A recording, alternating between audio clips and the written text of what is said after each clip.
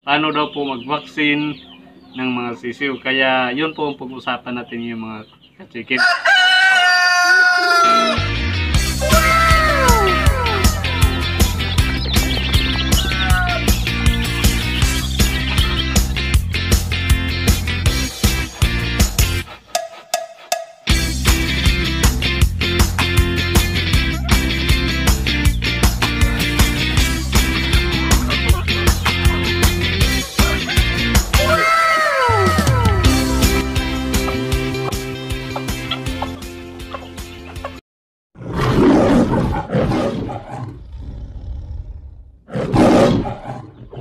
What's up sa inyo mga ka-chicken?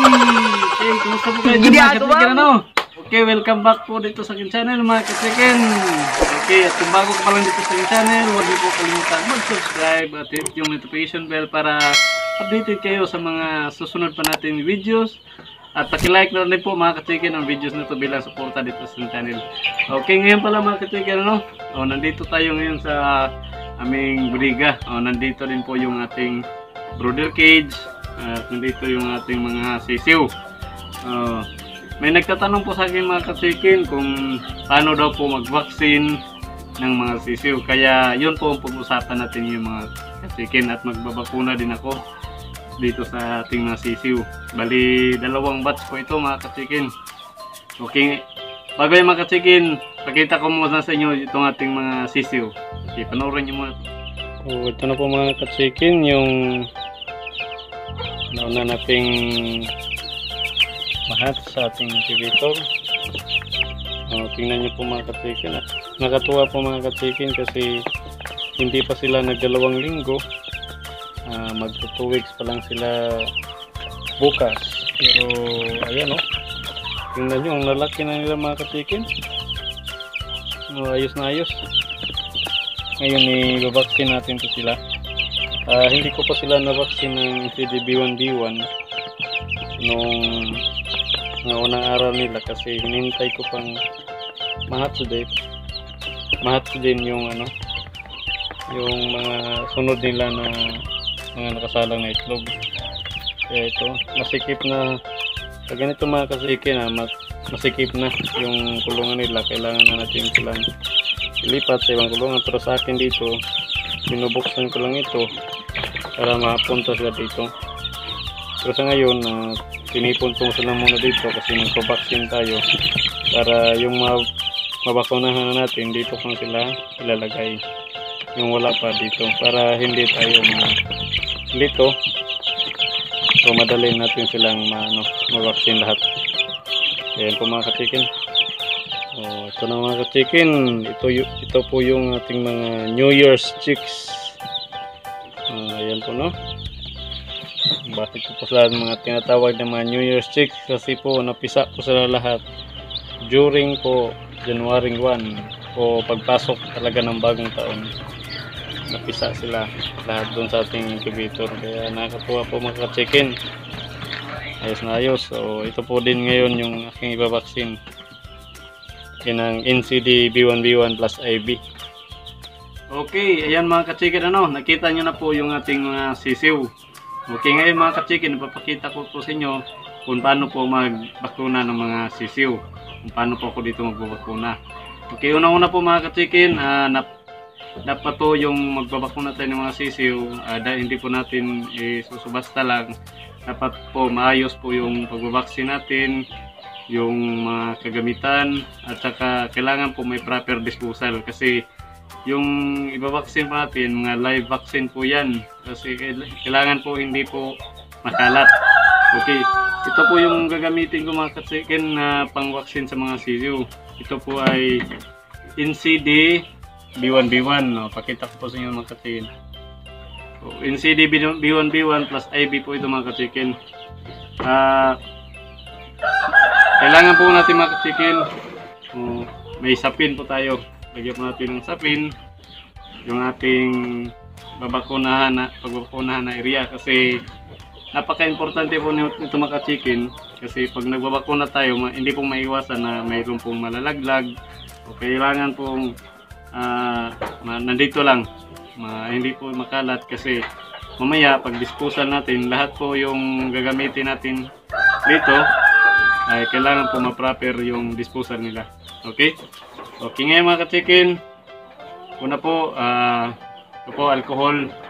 Maglalagay muna tayo ng alcohol para malinis po yung ating mga kamay. Okay? Tapos mga ka-chicken, meron po ako ditong surgical gloves. Ito po yung gagamitin natin kasi magbabakuna tayo. Kailangan proper o maayos yung pagbabakuna natin. Hindi makalat kasi live vaccine to.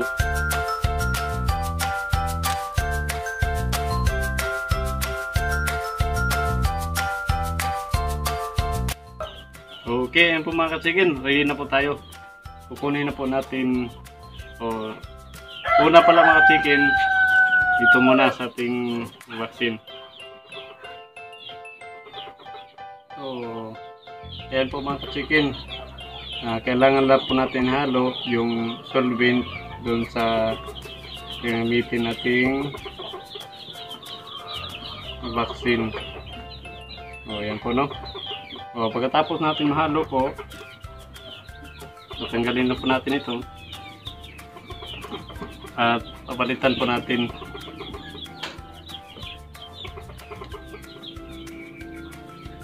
Okay. Ayan po mga chicken. Okay, ready na po ang ating pagbabaksing. Tara.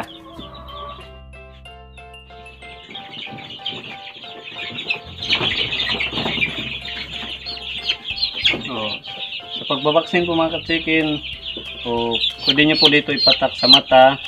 Pwede din po sa ilong. Nasa inyo lang po yan mga ka-chicken. Ito, tingnan nyo po mga ka-chicken. Ting sisiw. Hindi pa nag 2 weeks ito. Pero ang lalaki na. Ayos na ayos. Ginagawa po natin mga ka-chicken yung pagbabaksin bilang isang prevention po. Para doon sa mga nakakamatay na mga sakit. Para hindi po basta-basta matatamaan itong ating mga alagang manok. Kaya po ginagawa natin, hindi po siya gamot, ito po ay isang prevention ang pagbabakuna. Ito po ay NCD para po ito sa Newcastle disease na vaccine prevention sa kanila. Ang NCD B1B1 vaccine po mga ka-chicken ay binibigay po ito para sa mga sisiw. Sabi ng karamihan, ito ay binibigay mula 6 day old hanggang 1 week. Yun din po yung pagkakaalam ko dati. Pero nagtanong ako sa isang veterinaryo, sabi niya pwede naman ito ibigay kahit hanggang 2 weeks old. Kaya ito, may mapipisa naman akong mga bagong sisiw, kaya pinagsabay ko na sila para medyo makatipid din. Yun po yung ginagawa ko dito. Kaya ayan po, ayos na ayos po mga ka-chicken.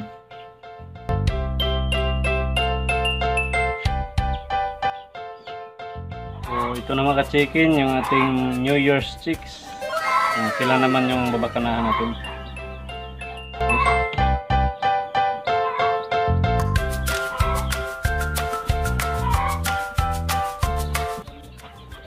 After po mga ka-chicken na magbigay tayo ng vaccine sa ating mga sisiw, ay binibigyan ko na naman po ito sila ng mga vitamins. Kasi yung pagbabakuna natin sa mga sisiw ay nakaka-stress po yun sa kanila, kaya kailangan natin magbigay pa ng mga vitamina sa ating mga sisiw para maayos yung pag-adapt nila doon sa vaccine, ma-adapt nila ng gusto talaga. Kaya ayan lang po, kaya dapat natin tandaan na yung ating mga sisiw ay na-stress din yan.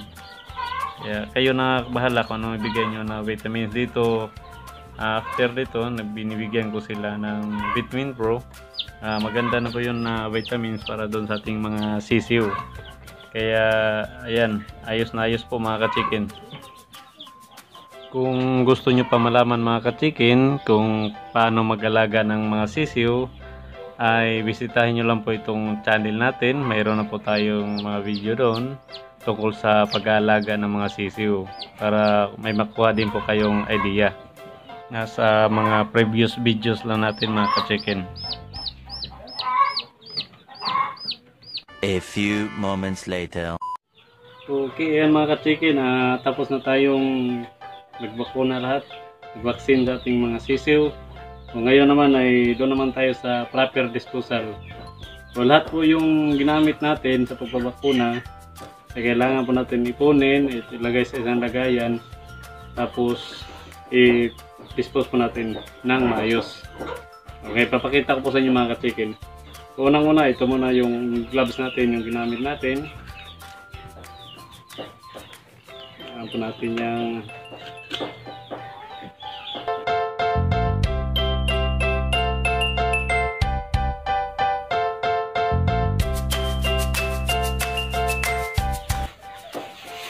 layo ng plastic para ilagay po natin sila.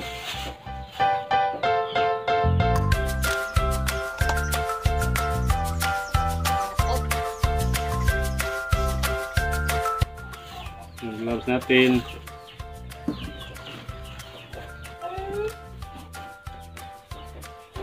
Kailangan po natin ito mga ka-chicken na bukay tayo, tapos ilagay natin doon, sunugin muna para sigurado talaga.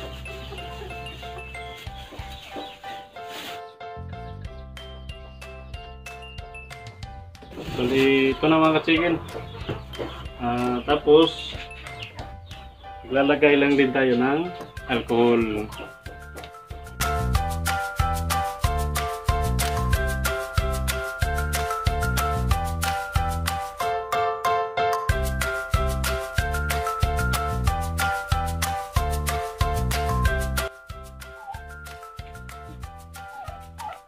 Dito sila mag-dispose mga chicken doon sa taas.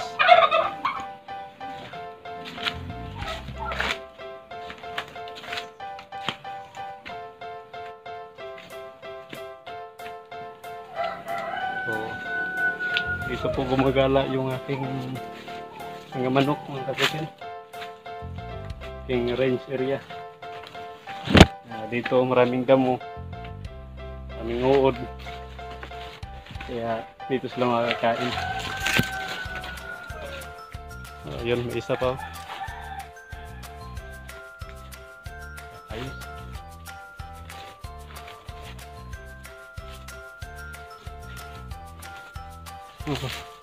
Dito pa makasikin yung iba kong manok.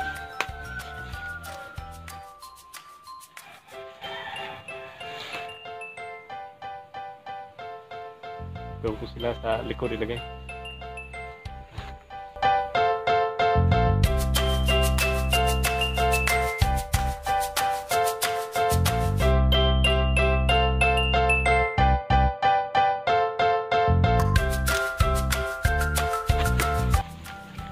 So ito na mga chicken, nakahukay na tayo.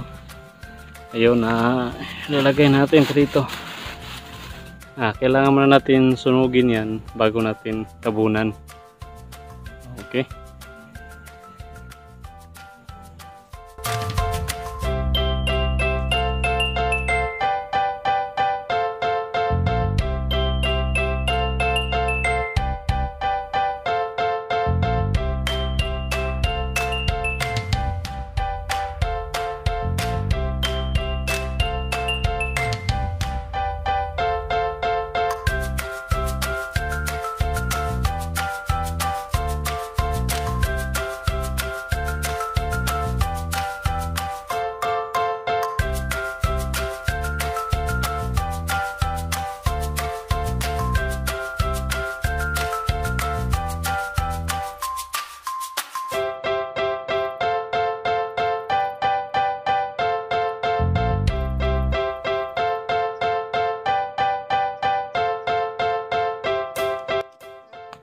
Ayan mga chicken, pwede na po yan.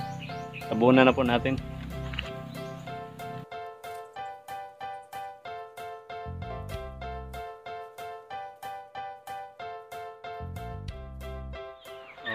Ayan mga chicken, tapos na tayong magbakuna.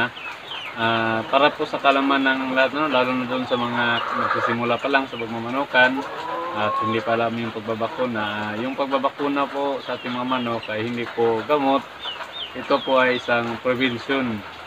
Prevention po sa mga dadapong sakit o virus, lalo na yung NCD o Newcastle disease. Kasi pag yan pumasok dito sa ating manukan, ay napakadelikado po kung wala tayong prevention, kasi pwede po ma-wipe out yung ating mga manok. At kaya po, yun po yung purpose ng pagbabakuna. Kailangan po natin ng prevention.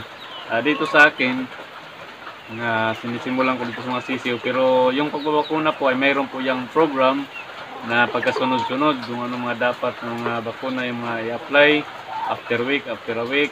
Pero dito sa akin hindi ko in-apply yan lahat kasi ina-adjust ko lang muna. Taka mas maigi po na tingnan po natin sa ating lugar kung ano yung mga present na sakit, o para yun po yung priority natin na ma-prevent dito sa ating mga manukan. Ayun. At may nagtatanong din mga kachikin na yung NCD Lasuta pwede din daw doon sa mga sisiw. Mas mainam po mga kachikin na huwag nyo po doon ibigay sa mga sisiw, kasi yung NCD Lasuta po mas malakas po yan kaysa doon sa NCD B1B1. Kaya para po mostly na-apply yan doon talaga sa mga malalaki na. Kaya yung NCD B1B1, yun po yung ni-recommend talaga doon sa mga sisiw pa lang, doon sa mga day-old. Kaya yun po yung mainam na ibigay natin bago tayo pa magbigay ng NCD Lasuta sa kanila paglaki, na mas mabuting na unahan na natin sila ng NCD B1B1. Yung sa akin po yung binigay ko, NCD B1B1 plus IB. Plus yung isa pa natin i-consider, kailangan po yung proper disposal. Yun po talaga na importante na hindi po tayo makalat, kasi virus yan, hindi pwede yan magkalat. Tsaka yung proper disposal, nakita nyo na po. Pwede yung iba po, bago nila nililibing, binubuhusan nilang mainit na tubig, nilalagyan ng sunrock, mas mainam po yun. Kasusunugin. Yung iba, nililibing lang, tinatabunan. Pwede din naman, pero mas mabuti na po yung nakasiguro tayo. At saka yun po. At saka maraming salamat mga kachikin sa inyong panonood. Bago tayo magtapos, shout out muna tayo. Shout out sa channel ni Ferdy's Reviews and Tutorial. Paki-visit na lang po mga kachikin at paki-suportahan lang po natin pag-subscribe sa kanilang channel. At saka kay Sir Romel Valdisuesa from Tayabas, Quezon Province. Okay, maraming salamat po sa inyo mga kachikin. At kay Soiti from Capiz. Okay, shout out po sa inyo mga idol. At saka kay Fiana Ram Vlog. Okay, shout out po sa inyo mga. At saka kay Vinvenido Gika from Asin, Iloilo. Shout out po sa inyo idol. Meron lang Binis Backyard. Okay, shout out po. At saka kay Sir Carlos Pitiros. Shout out po sa kanyang channel at pakisuporta lang din po. Okay, maraming salamat mga idol sa inyong mga panonood, mga idol kachikin. At walang sawang pagsuporta sa mga silent viewers natin dyan. Maraming salamat sa inyo. At kung hindi ka pa nakapag-subscribe sa ating channel, huwag niyo po kalimutan mga kachikin. Please do subscribe sa ating channel para notify ba kayo sa mga susunod nating video. Okay, maraming salamat po. God bless po sa inyo.